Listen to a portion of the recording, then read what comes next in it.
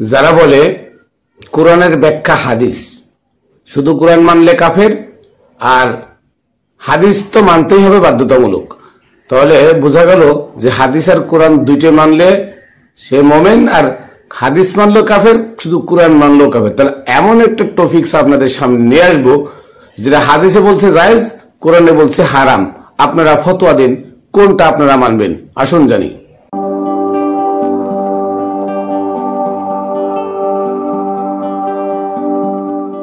বিসমিল্লাহির রহমানির রহিম। আসসালাতু ওয়াসসালামু আলা সাইয়্যিদিল মুরসালিন ওয়া আলিহি আজমাইন। প্রিয় ভাই ও বোনেরা, দেশে দূরে যারা যেখানে আছেন সকলকে জানাই আমি মাইনুল কবির খাতুনে জান্নাত টিভি ইউটিউব চ্যানেল ও ফেসবুক পেজের পক্ষ থেকে শুভেচ্ছা অভিনন্দন। সর্বপ্রথম আমি আমার ভক্তিপূর্ণ সালাম কদমবুসি প্রেরণ করি পাক পাঞ্জাতনের পাক দরবারে, সমস্ত অলিয়া উলিয়া গাউস কুতুব আবদাল তাদের পাক দরবারে, পাক চরণে, বাবা শাহ আলী বগদাদী রহমতুল্লাহ আলাইহির পাক দরবারে, আমার দাদা গুরু মুতালেব শাহ রহমতুল্লাহ আলাইহির পাক দরবারে এবং আমার গুরু হযরতে মানিক চাঁদ শাহ মাদ্দাজিল্লুহুল আলিয়া আমার দয়ালের পাক চরণে। বন্ধুরা, আজকে আমি আপনাদের সামনে তুলে ধরব যে এক শ্রেণীর এজিদি ওহাবি মোল্লারা তারা সর্বক্ষণ আপনাদের কানের কাছে একটা মন্ত্র পাঠ করে। সে মন্ত্রটা হলো কোরআনের ব্যাখ্যা হলো হাদিস। শুধু কোরআন যে মানবে সে পথভ্রষ্ট, সে কাফের হয়ে যাবে, সে বেদীন হয়ে যাবে। অতএব কোরআনের সাথে হাদিস তো মানতেই হবে, হাদিস মানাও ফরজ। তাহলে আমার প্রশ্ন হলো যে আজকে আমি যে বিষয়টা আপনাদের সামনে তুলে ধরব, এই বিষয়ের উপরে আপনারা ফতোয়া দিবেন কোনটা মানবেন, কোরআন মানবেন নাকি হাদিস মানবেন। নবী কি কোরআন মেনেছিলেন নাকি নবী হাদিস মানতে বলেছেন? তো এই সম্পর্কে কথাটা হচ্ছে যে সহি মুসলিম শরীফের হাদিস 302 নম্বর হাদিস, সহি বুখারীর হাদিস, ইসলামী ফাউন্ডেশনের 296, 297, 298 এই চারটা হাদিস দ্বারা প্রমাণিত হয় যে স্ত্রীদেরকে ঋতুস্রাব অবস্থায় বা মাসিক অবস্থায়, হাদিসে বলছে যে মাসিক অবস্থায় স্ত্রীদের সাথে মিলামেশা নবী করেছেন, এটা করা জায়েজ। হাদিসটা কার? এই হাদিস চারটা হলো হযরতে আয়েশা সিদ্দিকা রাদিয়াল্লাহু তাআলা আনহার।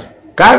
হযরত আয়েশা সিদ্দিকা রাদিয়াল্লাহু তাআলা আনহার হাদিস যে নবী যখন আমাদের ঘরে আসতেন তখন দেখতেন, যদি আমাদেরকে দেখতেন আমরা ঋতুস্রাব অবস্থায় আসি, তখন বলতেন নবী যে তোমরা ঋতুস্রাব অবস্থায় যে পোশাকটা পরো ওই কাপড়টা পরো।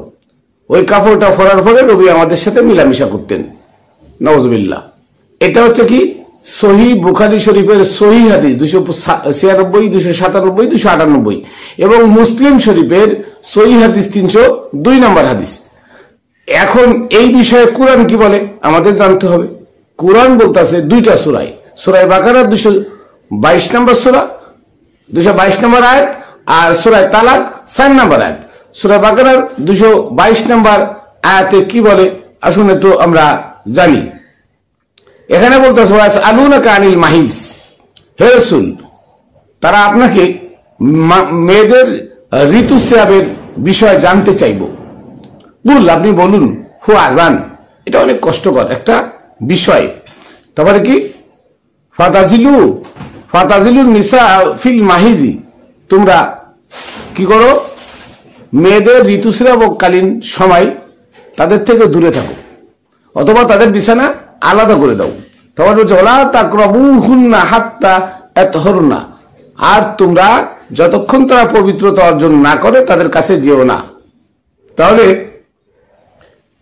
আল্লাহ বললেন কি নবীকে? আল্লাহ নবীকে বললেন যে হে রাসূল মেয়েরা তাদের ঋতুস্রাব অবস্থায় কি করবে, স্বামীর সাথে মিলামেশা করবে নাকি করবে না। হ্যাঁ, এই বিষয়ে আপনি তাদেরকে বলুন যে এটা একটা কষ্টকর বিষয়। প্রত্যেক মাসের নির্ধারিত একটা দিন, 3 দিন থেকে 10 দিন, এই দিনটা মেয়েদের প্রত্যেকটা মেয়ের এটা হয় যৌবনকালে। তো এটা কি করবে তারা? আল্লাহ রসুলকে আল্লাহ বলে দিলেন কি? আল্লাহ বললেন যে এটা খুব কষ্টকর, বুলহু আজান, এটা অনেক কষ্টকর। তারপরে কি করবে? তারপরে আল্লাহ বলছেন পুরুষদেরকে যে তোমাদের স্ত্রীরা ঋতুবতীকালীন সময় তোমাদের থেকে আলাদা করে দাও, অথবা তোমরা তাদের থেকে দূরে থাকো। মানে তোমাদের থেকে আলাদা করে দাও মানে কি, তো দূরে থাকো, যতক্ষণ পর্যন্ত তারা পবিত্র না হয় তাদেরকে তোমরা স্পর্শ করো না। কিসের কথা? কোরআনের কথা। আর হাদিসের কথা কি? আয়েশা বলছে আমরা ঋতুস্রাব অবস্থায় থাকলে নবী আমাদের কাছে আসতেন, আর যদি জানতেন আমরা ঋতুবতী অবস্থায় আসি, নবী কি করতেন? নবী আমাদেরকে ঋতুস্রাবের যে কাপড় সেটা পরতে বলতেন এবং আমাদের সাথে মিলামিশা করতেন। তাহলে কোরআনে বলছে ঋতুবতী মহিলাদেরকে সহবাস করা যাবে না, মিলামেশা করা যাবে না, এটা কোরআনের কথা, আল্লাহর বাণী। আর আয়েশার কথা হলো নবী কি করেছেন? আমাদের ঋতুবতী অবস্থায় আমাদেরকে ব্যবহার করেছেন। তাহলে যারা বলেন যে কোরআন, শুধু কোরআন মানা যাবে না, মানা কুফরি, কোরআনের ব্যাখ্যা হাদিস মানতে হবে, হাদিস না মানলে তারাও কাফের, বিধর্মী, বিপদগামী।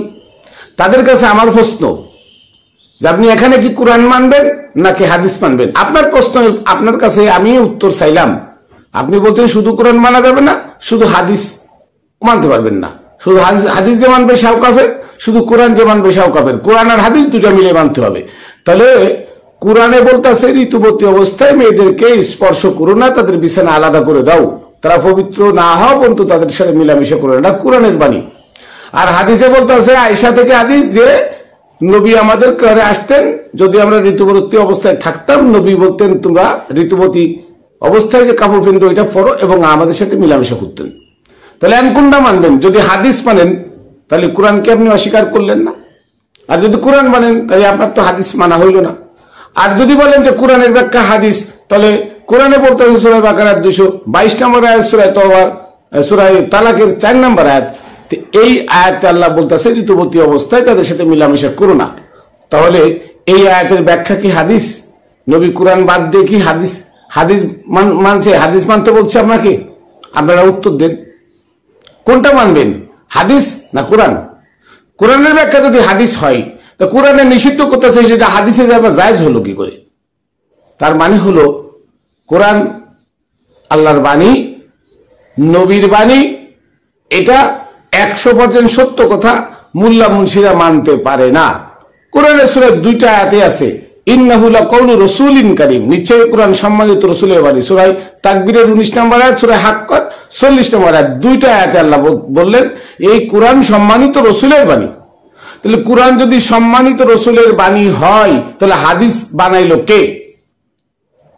হাদিস কই পাইলেন? হাদিস কোত্থেকে আইলো? কে বানাইলো? কে আবিষ্কার করলো এই মিথ্যা হাদিস কোরআনের বিপক্ষে?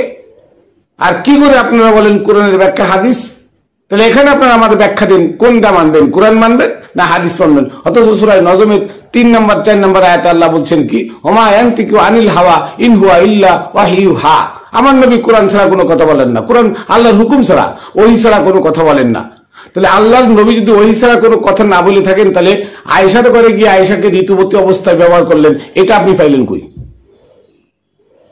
এটা কোথায় পাইলেন? নবী কি তাহলে কোরআনের অবমাননা করেছেন? তার মানে এখানে নবীকে তোহমাত লাগানো হয়েছে। কি তোহমাত? 2টা তোহমাত লাগানো হয়েছে। একটা হচ্ছে নবী যেটা বলে সেটা করে না, তার মানে কোরআন আল্লাহর হুকুম, এটা কোন নবী পালন করে না। 2 নম্বর হচ্ছে নবীর চরিত্র খারাপ ছিল, তাই ঋতুবতী অবস্থায় আল্লাহ মেয়েদেরকে দূরে রাখতে বলছেন, আর নবী কাছে নিয়ে তাদের সাথে মিলামিশা করছেন, নাউজুবিল্লাহ। তাহলে 2টা তোহমাত নবীর উপরে লাগানো হলো। একটা হচ্ছে তার সুচরিত্রকে কুচরিত্রে রূপান্তরিত করা, আরেকটা হলো আল্লাহর কোরআন মানুষকে মানতে বলেছে, নিজে মানে না। এই 2টা তোহমাত আপনারা লাগালেন। তাহলে আমার ফতোয়ার উত্তর দেন, আপনি কোরআন মানবেন নাকি হাদিস মানবেন? শুধু হাদিস মানলো কাফের, শুধু কোরআন মানলো কাফের। তো যদি কোরআন মানলো কাফের হয়, হাদিস মানলো কাফের হয়, কোরআন মানলে হাদিসের বিপক্ষে চলে গেলেন, আর হাদিস মানলে কোরআনের বিপক্ষে চলে গেলেন, তাহলে আপনি আমাদের ফতোয়া দেন, আপনারা কোনটা মানবেন? সহিহ হাদিস মুসলিম শরীফের 302 নম্বর হাদিসটা পড়ে দেখেন, এবং ইসলামী ফাউন্ডেশনের ছাপা হাদিস 296, 297, 298 নম্বর হাদিস পড়ে দেখেন, আয়েশা থেকে এটা বর্ণিত।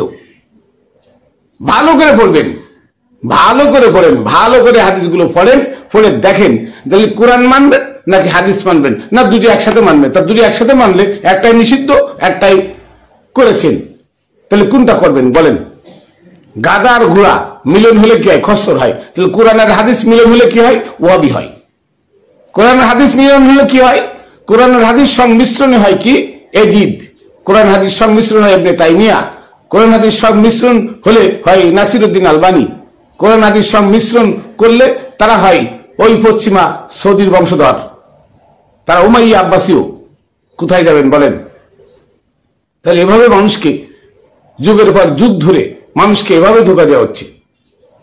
বড় বড় হাদিস খতমে বুখারি ওটা যায়, যেটা বেদাত হয় না।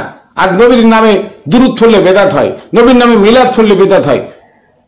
তার মানে নবীকে ছোট করার অপপ্রয়াস যত প্রকার আছে সবই এই ওয়াহাবি, ইবনে তাইমিয়ার গোষ্ঠী, জামাত, খারিজি, কওমি, আলে হাদিস, আলে সালাফি, এরা সর্বক্ষণ নবীর বিরুদ্ধে লেগে আছে।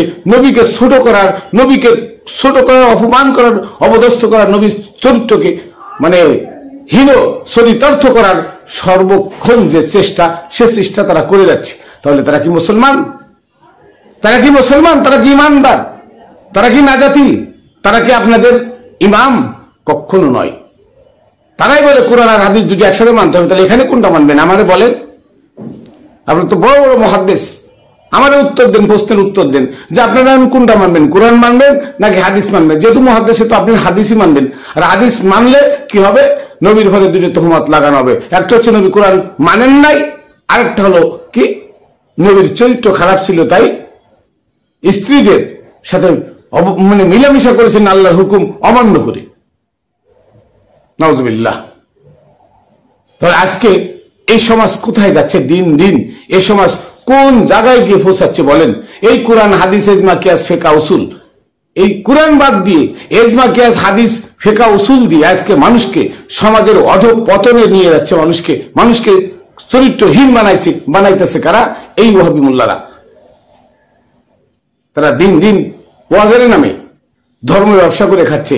মানুষ তার প্রতিবাদ করে না, সেটা বেদাত হয় না। নবীর নামে কোনো প্রশংসা করলে সেটা বেদাত হয়। আহলে বায়াত, নবীর আহলে বায়াতের কথা কোরআনের মধ্যে বারবার আছে। আহলে বায়াতের কথা, আহলে বায়াতরা পাক ও পুত, আহলে বায়াতরা সত্য নিয়ে এসেছে। অথচ সেই আহলে বায়াতের কথা শুনলে তাদের গাত্র দেওয়া হয়। তারা তখন ওমর, আবু বকর, উসমানের গুণ কীর্তন করে, মুয়াবিয়ার গুণ কীর্তন করে, এজিদের গুণ কীর্তন করে। অথচ সেটা জায়েজ। আর কোরআনে যাদের সম্মান করতে বলেছে, যাদেরকে ভালোবাসতে বলেছে কোরআনে, তাদের নাম নিলে তাদের গায়ে আগুন লাগে। একটাই কারণ, সেটা হলো এরা ধর্ম বিদ্বেষী, এরা ইসলাম বিদ্বেষী, এরা নবী বিদ্বেষী। তাই এদের ফতোয়া আপনারা বয়কট করবেন, এদের ফতোয়া লাথি মেরে ফেলে দিবেন। আপনারা কোরআনকে আঁকড়ে ধরেন। কোরআনের মধ্যে 260টা আয়াত আছে ভুল, উসমানের বানানো, যে 60টা আয়াতের সাথে অন্য সূরার বা অন্য কোন শব্দের কোনো মিল নাই, ছন্দের মিল নাই, গদ ঢুকানো, আরবিতে গদ ঢুকাই দিয়ে কি করেছে? ওমরের শরিয়াতকে কোরআনের মধ্যে ঢুকায় কোরআনকে প্রশ্নবিদ্ধ করে গেছে উসমান। আর কোরআন যদি মানা হয় তাহলে ধর্ম ব্যবসা থাকে না। কোরআন যদি মানা হয় ইমামতি করে টাকা খাওয়া বন্ধ হয়ে যাবে। কোরআন যদি মানা হয় মসজিদ বানানো বন্ধ হয়ে যাবে। কোরআন যদি মানানো হয় মাদ্রাসা ফলানো বন্ধ হয়ে যাবে। কোরআন যদি মানা হয় তাহলে 6 বছর পরে শেখ হাসিনা অনুমতি দিয়ে দিয়েছে কি 6 বছর বলে সে মাস্টার্স পাস। এই কালকে যাচ্ছি গাড়ির মধ্যে, আমি দারুল উলুম দেওবন্দ মাদ্রাসা থেকে মাস্টার্স পাস করেছি। মাস্টার্স ইংরেজিতে বানান করতে পারে না, এটা নাকি মাস্টার্স পাস করেছে। এদের সচিবালয়ে চাকরি হয় না, এদের কোন সরকারি প্রতিষ্ঠানে চাকরি হয় না। তাদের এই মাস্টার্স ডিক্লেয়ার দিয়ে লাভটা কি বলেন? 6 বছর শর্ট কোর্স, 6 বছর ধরে টাইটেল পাস করেছে। আমরা পড়ছি 12 বছর, এরা পড়ছে 6 বছর। 6 বছর, তাই 12 বছরে যে জ্ঞান আমরা অর্জন করেছি, এরা তো তার হাফও পায় নাই। তাহলে কি মরণ আর কি টাইটেল পাস আর কি আরবি বুঝবে, কি কোরআন বুঝবে? এরা কোন ফতোয়া দিবে আপনাদেরকে বলেন? এরা ভিক্ষা করার জন্য, ঘরে ঘরে ভিক্ষুক পাঠানোর জন্য এরা শর্ট কোর্স 12 বছরের কোর্স 6 বছরে করছে। যে দ্রুত মৌলানা হোসাইতে তুমি আসো, আসে একটা ভিক্ষার ঝুলি হাতে নিয়ে দাঁড়িয়ে দাঁড়িয়ে ঘোরো, একটা মসজিদ বানাও, একটা মাদ্রাসা বানাও, মানে ছোট ছোট এতিম বাচ্চাদের কানে বলৎকার করো, আর তোমরা দেখবি ধর্ম ব্যবসা করে খাও। সাবধান, আমরা বারবার বলছি, সত্যর পথে আসুন। সত্য হলো কোরআন। কোরআনের মধ্যে 260টা আয়াত ঢুকানো আছে। কোরআন প্রশ্নবিদ্ধ কেন আজকে? কোরআন আজকে প্রশ্নবিদ্ধ কেন? আজকে বিধর্মীরা কেন কোরআনকে প্রশ্নবিদ্ধ করে? কারণ হলো ওমরের শরিয়াতকে কোরআনের মধ্যে উসমান ঢুকিয়ে গেছে, আর কোরআন থেকে 430টা আয়াত বাদ দিয়ে দিছে। যে 430টা আয়াত সার্বজনীন ছিল, যে 430টা আয়াত ফাতেমা, হাসান, হুসেন, মাওলা আলীর কথা ছিল, যে 430টা আয়াত মানুষকে ধরে রাখার কথা ছিল, সেই কোনো বাদ দিয়ে উসমান ওমরের শরিয়াতকে বাস্তবায়নের জন্য 260টা আয়াত ঢুকায়ে কোরআনকে প্রশ্নবিদ্ধ করে গেছেন, যার কারণে আজকে কোরআন প্রশ্নবিদ্ধ। কিন্তু কোন যুগে যুগে যত আসমানি গ্রন্থ আসছে, কোন আসমানি গ্রন্থ প্রশ্নবিদ্ধ নয়, সব আসমানি গ্রন্থ সার্বজনীন। আল্লাহ যেমন সার্বজনীন, আল্লাহ হিন্দু, বৌদ্ধ, ইহুদি, খ্রিস্টান, নাসারা সবারই আল্লাহ, সবারই সৃষ্টিকর্তা। ঠিক কোরআন বা আসমানি কিতাব যা আছে, সব আসমানি কিতাবগুলো আল্লাহর প্রদত্ত, সার্বজনীন, প্রতিটা মানুষের জন্য সমান অধিকার, সমান পালনীয়। অথচ সেটাকে এই মোল্লা মুন্সিরা প্রশ্নবিদ্ধ করে ও হিন্দু, ও বৌদ্ধ, খ্রিস্টান ও মুসলমান আলাদা আলাদা করে দিয়ে আমার নবীকে কলঙ্কিত করেছে, এই ধর্মকে কলঙ্কিত করেছে। অথচ ইসলাম ধর্ম সে আদম আলাইহিস সালাম থেকে ছিল। ইসলাম ধর্ম, ইসলাম মানে যদি শান্তি হয়, ধর্ম মানে উত্তম আদর্শ, তাহলে উত্তম আদর্শ যেখানে সেখানে শান্তি। ইসলাম মানে যদি আত্মসমর্পণ হয়, তাহলে যে লোক আত্মসমর্পণ করে সে লোকই, সে লোক উত্তম লোক। তার মানে কি, সকল মানুষ আমার থেকে ঊর্ধ্বে, আমি সকল মানুষের থেকে নিম্নগামী, আমি সকল মানুষের থেকে নিম্ন। যেমন একটা কথা আজকে বলি, আল্লাহ পাগলকে ডাক দিয়ে বললেন, হে পাগল, আমি অসুস্থ, তুমি আমাকে একটা জিনিস দিতে পারবে? কি? পৃথিবীর সব থেকে নিকৃষ্ট বস্তু আইন আমার গায়ে মাখাতে পারবে, তাহলে আমি সুস্থ হয়ে যাব। পাগল ঘুরতে ঘুরতে দেখে যে নিকৃষ্ট বস্তু তার কিছু নাই, সর্বশেষ পাইছে পায়খানা। তার মনে করছে পায়খানা পাইছি, তাহলে ঘৃণা লাগে, আর লাঠি দিয়ে পায়খানা উঠাচ্ছে। যখন পায়খানা উঠাচ্ছে তখন পায়খানার ভেতর থেকে ফুকায় বলে, হে পাগল, তুমি আমাকে কষ্ট দিচ্ছ কেন? তোমাকে কষ্ট দিচ্ছি? হ্যাঁ, পৃথিবীর সর্বশ্রেষ্ঠ জীব হলো মানুষ। মানুষ যেটা পবিত্র, যেটা আল্লাহ মানুষকে খাইতে বলছে পবিত্র খাবার, সে পবিত্র খাবার মানুষ খাই পালাইছে, আর আমি সে বিষটা খাইতেছি। তাহলে আমিও তো উচ্চ মাপের, কারণ মানুষের বিষটা আমি খাইতেছি, মানুষ যেটা খাইছে সেটা সর্বশ্রেষ্ঠ জিনিস, আর আমিও সেই সর্বশ্রেষ্ঠ জিনিসের বিষটা খাইতেছি, তাহলে আমিও তো শ্রেষ্ঠ, তাহলে তুমি আমাকে নিকৃষ্ট কেন করছো? তখন পাগলের ব্রেনের মধ্যে ধাক্কা লাগলো, তাই তো, তাহলে ও যদি উৎকৃষ্ট হয়, তাহলে দুনিয়াতে তো নিকৃষ্ট আমি। তখন সে পাগল যে আল্লাহকে বলল, আল্লাহ, আমি নিকৃষ্ট, তুমি আমাকে তোমার গায়ে মাখায় রঙিন করো, কারণ আমার মতো নিকৃষ্ট জগতে আর কেউ নাই। আত্মসমর্পণ এটা, আত্মসমর্পণ এটা, যে আমার মতো নিকৃষ্ট জগতে আর কেউ নাই। আমার আমিত্বকে বিসর্জন দিয়েছি, আমি এখন জিরো, আমার মধ্যে কোনো আমিত্ব নাই, আমার মধ্যে আমি নাই, আমি চলে গেছি, আমিকে বিসর্জন দিয়েছি, আমিকে কুরবানি করেছি, তাহলে আমি হচ্ছি আত্মসমর্পণকারী। এটাকে বলে আত্মসমর্পণকারী। যে আত্মসমর্পণ করেছে, যে নিজেকে ছোট বলে, ওই ব্যক্তি মহান, আর যে নিজেকে বড় বলে, আমি এই, আমি তাই, সেই ব্যক্তি সমাজে সবচেয়ে নিকৃষ্ট। তাহলে বোঝা গেল যে এই সমাজে যারা আলেম উলামা, তারা বলে আমি হেন, আমি তেন, আমি অমুক, না, সে নিকৃষ্ট। কারণ এই ইসলাম শব্দটা তো আত্মসমর্পণ, আর এই আত্মসমর্পণ যারাই করেছেন তারাই উৎকৃষ্ট, তারাই উত্তম আদর্শের মালিক, তারাই শান্তির প্রতীক। আর এটাকে যারা ঘৃণা করে তারাই হচ্ছে ওহাবি, তারাই হচ্ছে খারিজি, তারাই হচ্ছে জামাত, তারা হচ্ছে কওমি, তারা আলে হাদিস, আলে সালাবি, তারা ইবনে তাইমিয়ার বংশধর, তারা আব্দুল হক নজদির বংশধর, তারা উমাইয়া আব্বাসীয়দের দালাল, তারা এজিদের প্রেতাত্মা, তারা ওই তিন খলিফা, মুনাফিক তিন খলিফা আবু বকর ওমর উসমানের বংশধর। কাজেই সত্যকে আঁকড়ে ধরা অনেক কঠিন। সত্য তিতা, আসিদকু সিররুন, সত্য হলো তিতা, কঠিন জিনিস।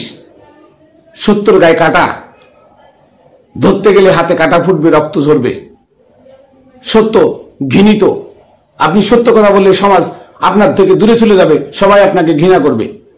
সত্য টক, সত্য কেউ খাইতে চায় না। কাজেই এই সত্যকে আঁকড়ে ধরতে হলে এই সমাজের সব থেকে নিকৃষ্ট, জঘন্য, ঘৃণিত ব্যক্তি আপনি হবেন। যেদিন দেখবেন আপনার আশেপাশে কেউ নাই, সব চলে গেছে, তখন বুঝবেন আমি সত্য পথে আছি। কারণ সত্য প্রচার যারা করেছে যুগে যুগে, তার পাশে কেউ থাকে না। নবী ওফাতের 51 বছর পরে, 56 বছর পরে কারবালার ট্র্যাজেডি ঘটে। সেই ট্র্যাজেডিতে আমার নবীর কলিজার টুকরা ইমাম হুসাইনের সাথে 72 জন লোক ছাড়া আর কেউ ছিল না। জগৎময় সব ছিল ইয়াজিদের পক্ষে। তার মানে হুসাইন ছিল সত্যের পক্ষে, তাই হুসাইনের সাথে লোক ছিল না। আর এজিদ ছিল মিথ্যার পক্ষে, তাই সব লোক এজিদের সাথে। এটাই হচ্ছে সত্য। তা আসুন কোরআনকে আঁকড়ে ধরি। ওয়াতাসিমু বিহাবলিল্লাহি জামিআন ওয়ালা তাফাররাকু, তোমরা আমার রজ্জুকে কঠিনভাবে ধারণ করো। কে বলেছি? আমি বলি নাই, আল্লাহ বলেছি। আল্লাহর এই কোরআন এটা গাইডলাইন, এটাকে ধারণ করতে বলেছি। আর এই রজ্জু আরেকটা জিনিস আছে, জিন্দা কোরআন। আলিফ লাম মিম আলে মুহাম্মদ, মুহাম্মাদের বংশধর, জিন্দা কোরআন। আলিফ লাম র আলে রাসূল, এই আলে রাসূল হচ্ছে এবং কি জিন্দা কোরআন। এই আলে রাসূলকে আঁকড়ে ধরতে বলেছেন। এই মুর্দা কোরআন গাইডলাইন হিসেবে মানতে বলেছেন, আর জিন্দা কোরআন আলে রাসূল, আলে রাসূল যারা তাদেরকে আঁকড়ে ধরতে বলেছেন আল্লাহ, তাহলে আপনি সুপথগামী হবেন। অতএব এই হাদিস আর এই কোরআন আপনি কোনটা মানবেন? কোরআন মানবেন নাকি হাদিস মানবেন? মোল্লাদের কথা, কোরআন মানলে কাফের, হাদিস মানলেও কাফের। আর কোরআন আর হাদিস দূরে যদি মানেন তাহলে আপনি গাধাও না, ঘোড়াও না, খচ্চর। কারণ এখানে কোরআনে নিষিদ্ধ করছে স্ত্রী সহবাস মাসিক অবস্থায়, আর হাদিসে বলছে জায়েজ। তাহলে আপনি কোনটা মানবেন? কোনটা মানবেন বলেন? তাহলে ফতোয়া আপনারা দেন, আমি আপনাদের কাছে রেখে গেলাম। আপনারা আশা করি এর সুষ্ঠু সুন্দর ফতোয়াটা আপনারা দিবেন। কোরআন মানবেন, নবী কি কোরআন মেনেছিলেন নাকি কোরআন এনেছিলেন, আর নাকি কোরআন বাদ দিয়ে নবী তার চরিত্রকে অধপতন বা জলাঞ্জলি দিয়ে অধপতনের দিকে ঠেলে দিতে বলেছেন মানুষকে আল্লাহর হুকুম অমান্য করে। তাহলে কোনটা নবী করেছেন? হাদিস নাকি কোরআন অবমাননা করেছেন নাকি হাদিস অবমাননা করেছেন? যদি হাদিস বলে করে হাদিসে যা বলছে আয়েশা তা যদি করে থাকে, তাহলে কোরআন অপমানজনক হয়ে গেছে নবীর কাছে, কোরআন মানে নাই। আর কোরআনে যা আছে তা যদি করে থাকে, তাহলে নবী এই হাদিস বলে নাই, আয়েশা দিয়ে এই হাদিস বানানো হয়েছে। যাই হোক, আমি আমার কথা আপনাদের কাছে রেখে গেলাম, আপনারাই উত্তর দিবেন। তো আমি আমার আলোচনা এখানে শেষ করছি। আমি আমার সালাম কদমবসির পাক পাঞ্জাতনের পাক দরবারে, সমস্ত আউলিয়া উলিয়া গাউস কুতুবের পাক দরবারে, পাক চরণে, বাবা শাহ আলী বগদাদী রহমতুল্লাহ আলাইহির পাক দরবারে, আমার দাদা হুজুরেরও পাক দরবারে, মোতালেব শাহ তার পাক দরবারে, এবং আমার গুরু হযরত মানিক চাঁদ শাহ মাদ্দাজিল্লাহুল আলিয়া তার চরণে রেখে এখানে শেষ করছি। জয় গুরু। আবার দেখা হবে অন্য ভিডিওতে।